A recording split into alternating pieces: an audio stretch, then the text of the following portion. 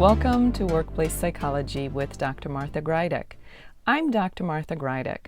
This podcast examines a wide variety of work-related issues through the lens of industrial and organizational psychology. And while many of the topics discussed here may be seen as intended for white-collar employees and their employers, in reality, the ideas presented here are applicable across organizations and industries. Additionally, many of the topics discussed here may be applicable outside of the workplace. I encourage you to examine what's presented here, apply what makes sense to you, and simply discard the rest. Incivility at the workplace is something that may seem as a small behavior, but it can absolutely destroy things such as engagement and productivity.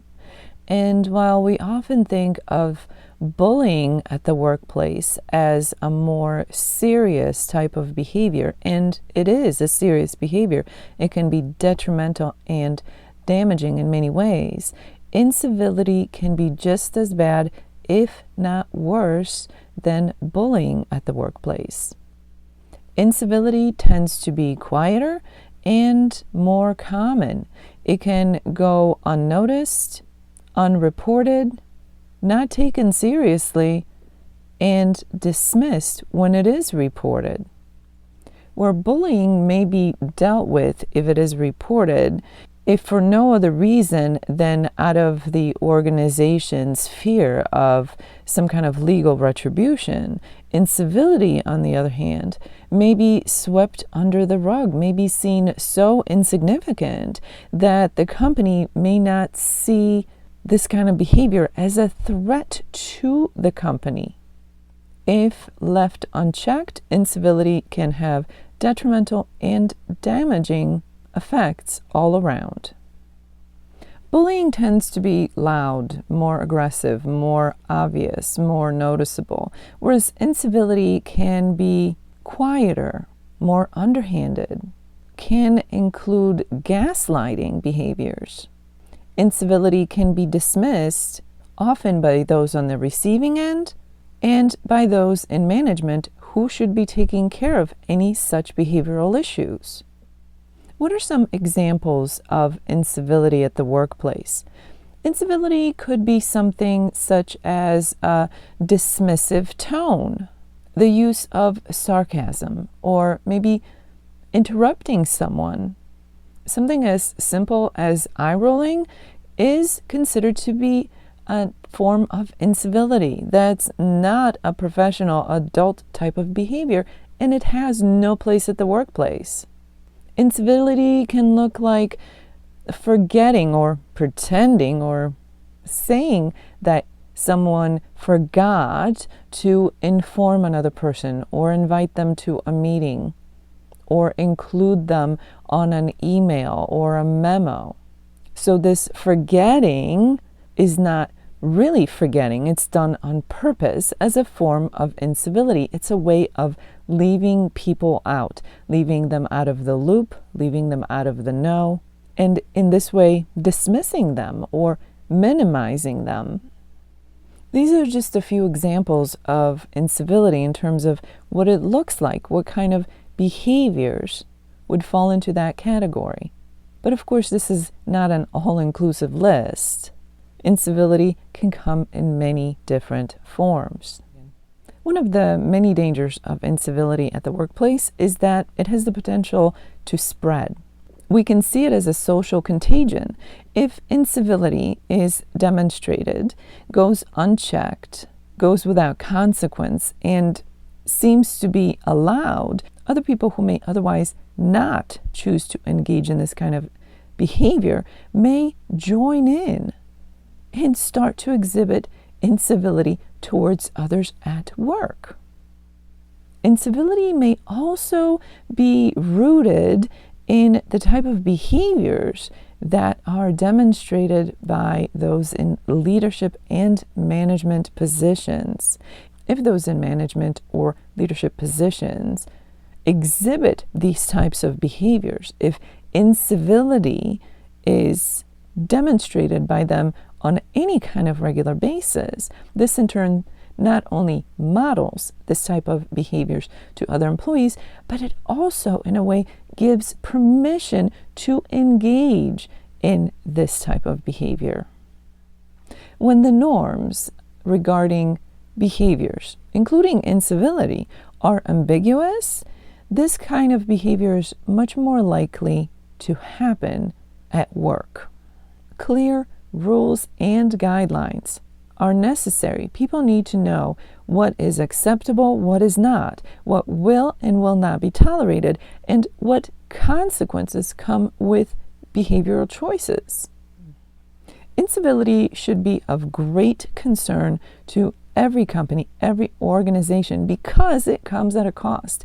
It's not just an inconvenience. It's not just something that happens between employees, between individuals, or maybe groups or departments. It can cost the company in many ways. It can start and fuel conflict, not only within the company, but also conflict that can spill outside of the company, conflict between the company and external entities, external individuals.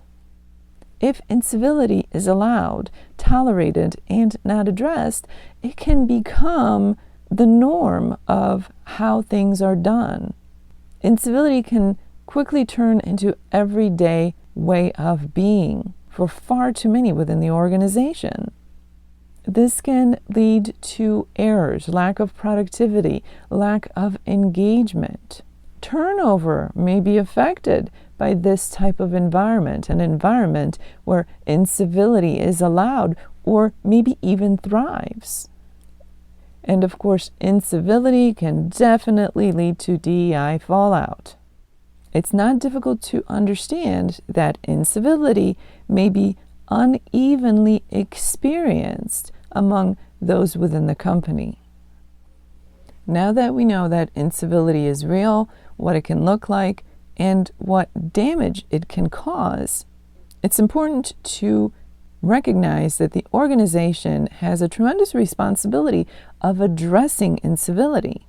In short, incivility is not something that should ever be tolerated or allowed, and the organization has the responsibility of making sure that this is addressed properly.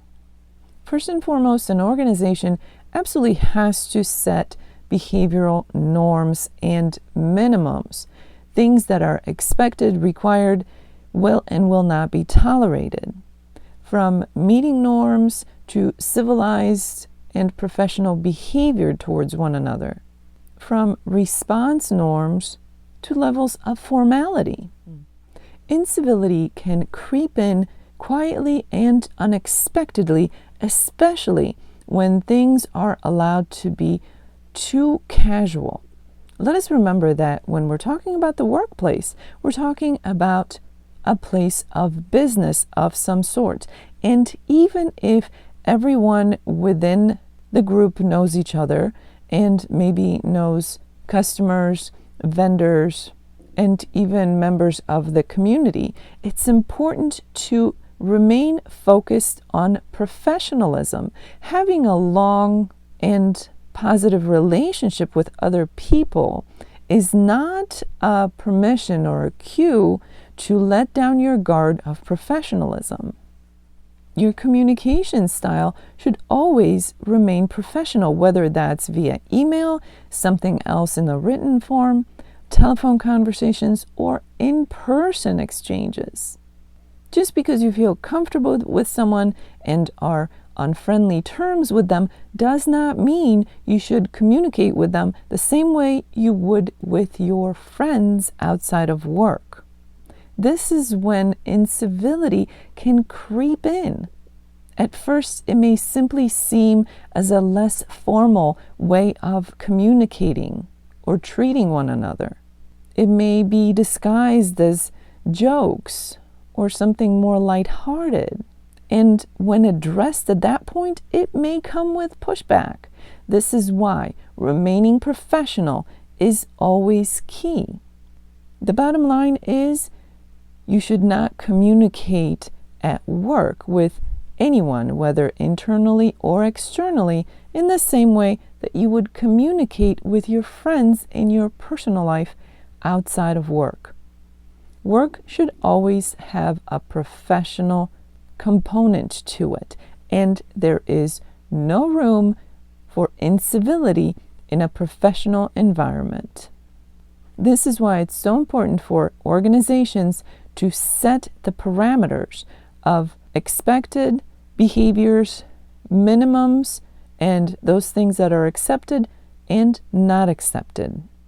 This should be clear, well-defined, and known by everyone involved. There should be no ambiguity. Everyone should know what the right and expected behavior is and what behaviors will not be tolerated. Corrections must happen in the moment. These will likely be micro corrections. If someone does exhibit a behavior that falls into that category of incivility, it has to be stopped right there and then and corrected with what is and is not appropriate. We don't need to make a scene about it, but the person exhibiting this type of behavior must be informed right away that this is inappropriate and will not be tolerated. This is why micro corrections in the moment are so important. We're not looking for escalating a situation. We're looking to put a stop to it, stop to a behavior that's inappropriate, and then we can move on. Accountability is a must. If people are allowed to do things they're not supposed to do, behave in ways they're not supposed to behave with no consequences, there is no reason for them to change or to stop. Consequences must be real, and they must focus on the behavior itself. Consequences should also include an attempt to repair what was damaged with this kind of incivility, with this kind of behavior. It's not enough just to address the person exhibiting this behavior. We must address what was happening, what was experienced by, what was done to the person who was on the receiving end. They mustn't be forgotten in this. When incivility as a behavior is allowed at an organization, it may continue to happen because it is never addressed, or it is allowed, or the rules of what is acceptable and what is not acceptable are vague or maybe even non-existent. Sometimes incivility can be so hardwired in an organization that it seems to be part of the culture.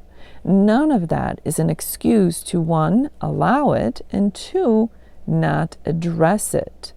Any and everyone within the organization, especially those in management and leadership positions, have the responsibility of addressing any instances of incivility so that it has no place within the organization, it has no place within the daily experience, and it absolutely has no place within the organization's culture. Of course, depending on how deeply rooted incivility may be within your specific organization will indicate how much work you have to do on your part to make the corrections. But that should never be a reason not to do it. Again, incivility is not just unpleasant, it's detrimental and damaging to everyone involved, both through the organization and individuals within that organization. Leaders and managers have the responsibility of being aware of what's going on around them. You have to know what is happening within your organization, within your department, within your team. For that to happen, you must be engaged and you must pay attention.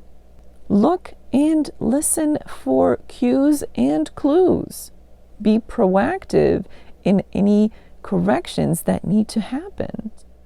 Talk to people. You'd be surprised how much you find out through regular conversations. Once you implement steps to make changes within your organization, especially as it pertains to incivility, pay attention to what is changing. Are your efforts making a difference? And remember, don't go solely by what you see or hear. Talk to your employees and ask what they see, what they hear, and what they experience. Whether you are intending to simply make sure incivility doesn't creep into your organization, or you're in a position where incivility is already part of that environment and now you have to make changes to fix that, your job is one that is ongoing in nature. It's not something that is fixed in one effort or one event. You have to keep paying attention.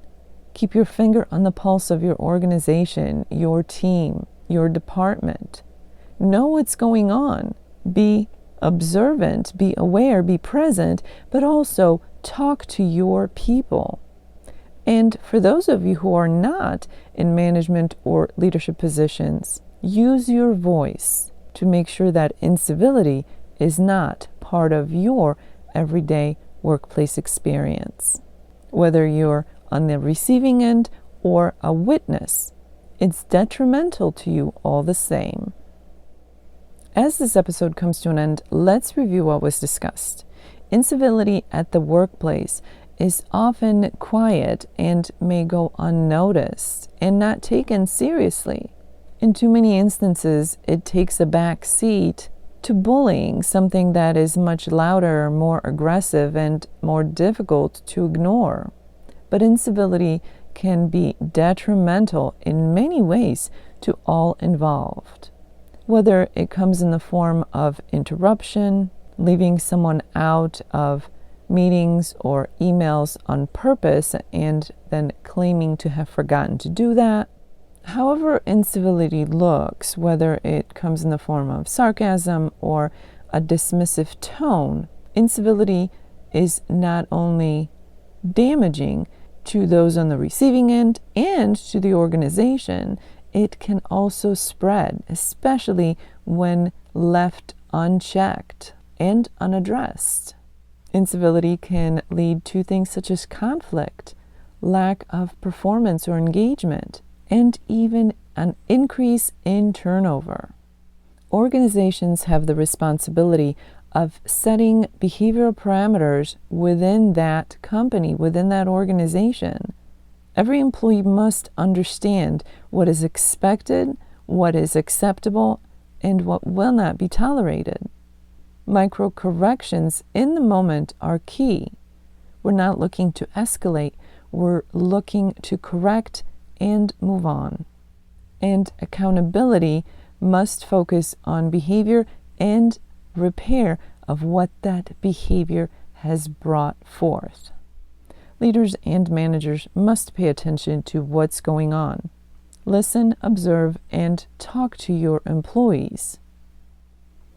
As this week unfolds, I invite you all to consider incivility and what place it may have within your organization and your workplace experience. This is especially important if you are in a management or a leadership position. But even if you are not, it's critical to speak up, to make sure that behavioral norms and expectations are firm and clear within the organization. Accountability is key, but nothing can happen if you don't speak up and address the issue. Remember, the idea is not to escalate, it's to correct. For those of you who experience this podcast in an audio-only version, I encourage you to check out my YouTube channel, Stress Free with Dr. G, where you can find the video version of the podcast. Once you're there, check out some of the other videos. They focus mainly on stress management. Stress Free with Dr. G is available on YouTube, and the link for that is in the description below. Thank you for joining me today. Please subscribe to this podcast. I look forward to seeing you here again next time. Until then, I wish you joy and well-being.